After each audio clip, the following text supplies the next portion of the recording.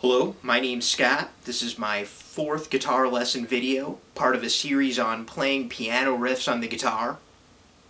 In previous lessons, we looked how we could play arpeggios higher up on the guitar using a capo. Today we're going to get a different sound using a dropped alternate tuning to get at a minor flat key, which is a very cool sound. I'll be showing you my arrangement of the Bad Company song, Bad Company, which is a very cool classic rock riff. On the guitar, sounds like this.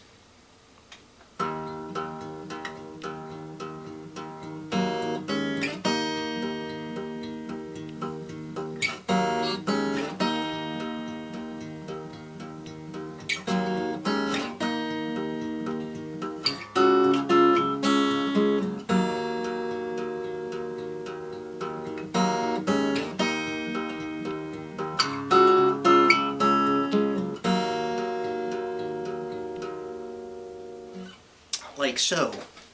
Now the tuning I'm using is drop D down an additional half step. So the open strings would be D flat, A flat, D flat, G flat, B flat, and E flat. Now if you're using an electric tuner, the tuners tend to show things in sharps rather than flats. So those same notes in sharps would be C sharp, G sharp, C sharp, F sharp, A sharp, and D sharp, which is going to give you an open D sound. Well, not open D sound, but drop D sound. So before we move on, go ahead and pause the video and get tuned up so we're on the same page. Okay, now that we're tuned up, we can get to work. I picked this tuning because the key of the tune is E flat minor, which is an awful lot of flats, which presents some difficulties on the guitar. It would mean we would have to bar just about everything. The key is E flat minor, and by tuning down the half step, we can play E flat minor as though it were E minor on the guitar. Things get quite a bit easier. We have more open strings available. Listening to the riff, when you're listening to piano, I find that it helps to separate out what the two hands of the piano are doing and consider each of those parts separately. So in the case of this intro riff, the left hand of the piano is playing an octave, like so. Can hear those notes alternating. Now I'm getting that with first finger on the second fret of the low string and second finger on the second fret of the D string, and playing them with thumb and index finger alternating. In the right hand we can hear a series of two-note chords.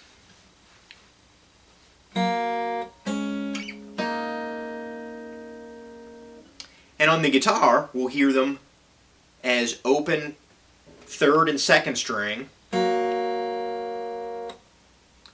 then second fret on the third string, third fret on the second string,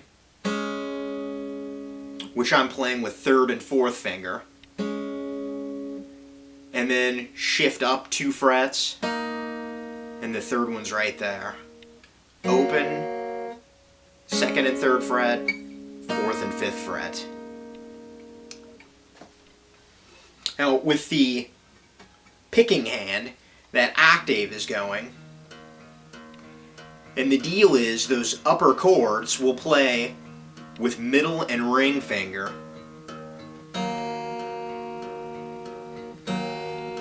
sounding those on the same beat that we're playing the low note.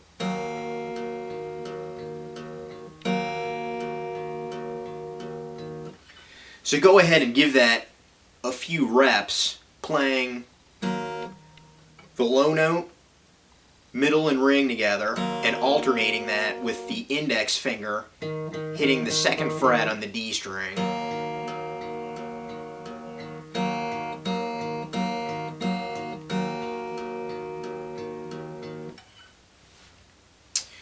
When that's feeling comfortable, then we can add in those other two notes. And how that would work is adding third and fourth finger, and then shifting up 2 frets. And then notice there that from playing that low octave with 2 fingers, that I shift into doing a bar with first finger to make that reach possible.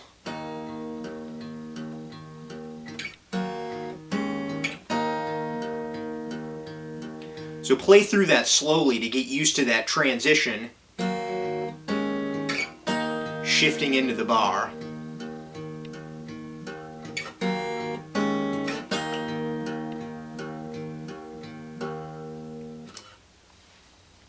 Go ahead and spend a few minutes running through that riff, and when that's feeling comfortable, we'll take a look at the verse riff, which is similar, but just has more going on in the left hand.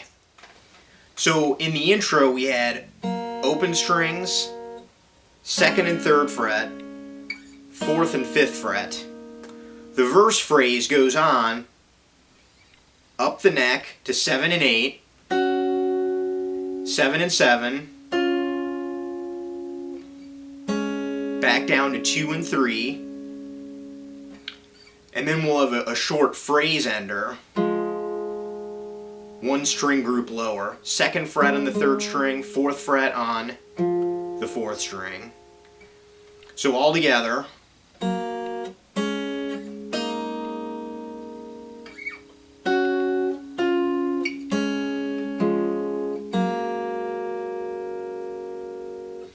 And again, the trick is pairing those up with ringing octaves.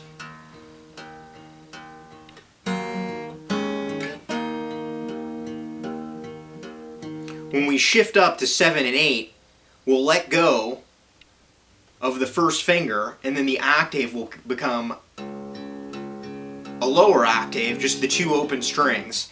And that's the payoff of this tuning, is we can get those 2 B flats ringing.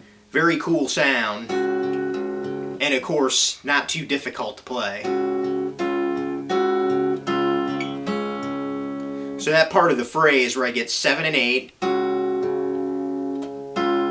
7 and 7, 2 and 3.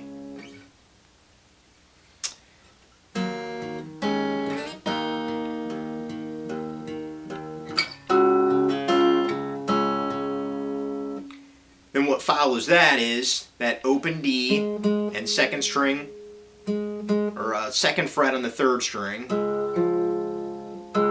and index finger will catch the 4th fret on the D string. And then back to the open strings and octave E's.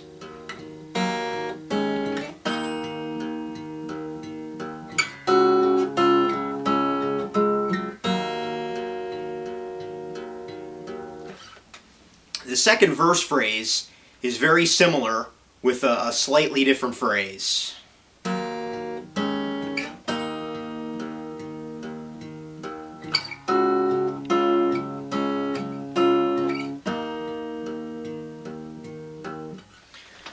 So just those upper notes by themselves, open, 2 and 3, 4 and 5, 7 and 8, 7 and 7, 2 and 3, 7 and 7, 4 and 5.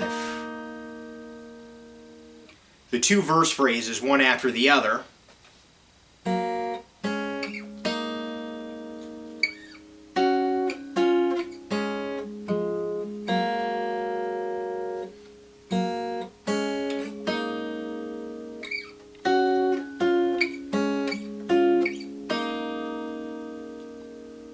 Like so, and put all together.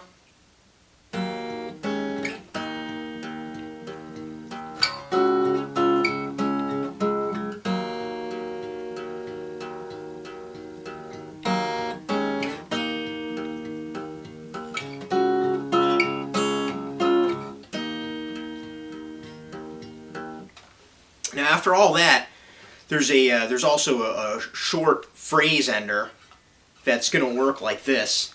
For barring at 2nd fret,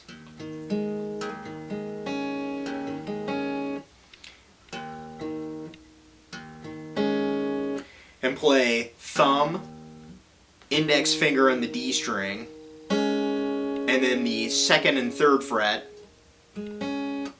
on 3rd and 2nd string with middle and ring finger, we'll get this 3 feel. And then add that at the very end.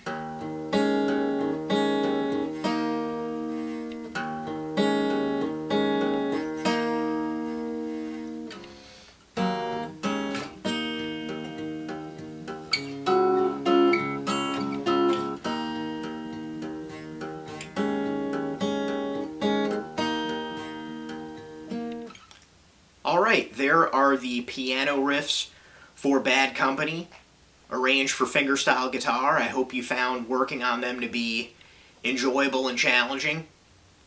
And hopefully as you're listening to music where there's instruments other than guitar, that it's starting to open your ears up to the possibilities of playing some of those ideas on the guitar. It's very easy as a guitarist to get stuck in the mindset of thinking like a guitarist and playing things in a very guitar-based way, but there's a lot of other interesting things you can do when you put your mind to it.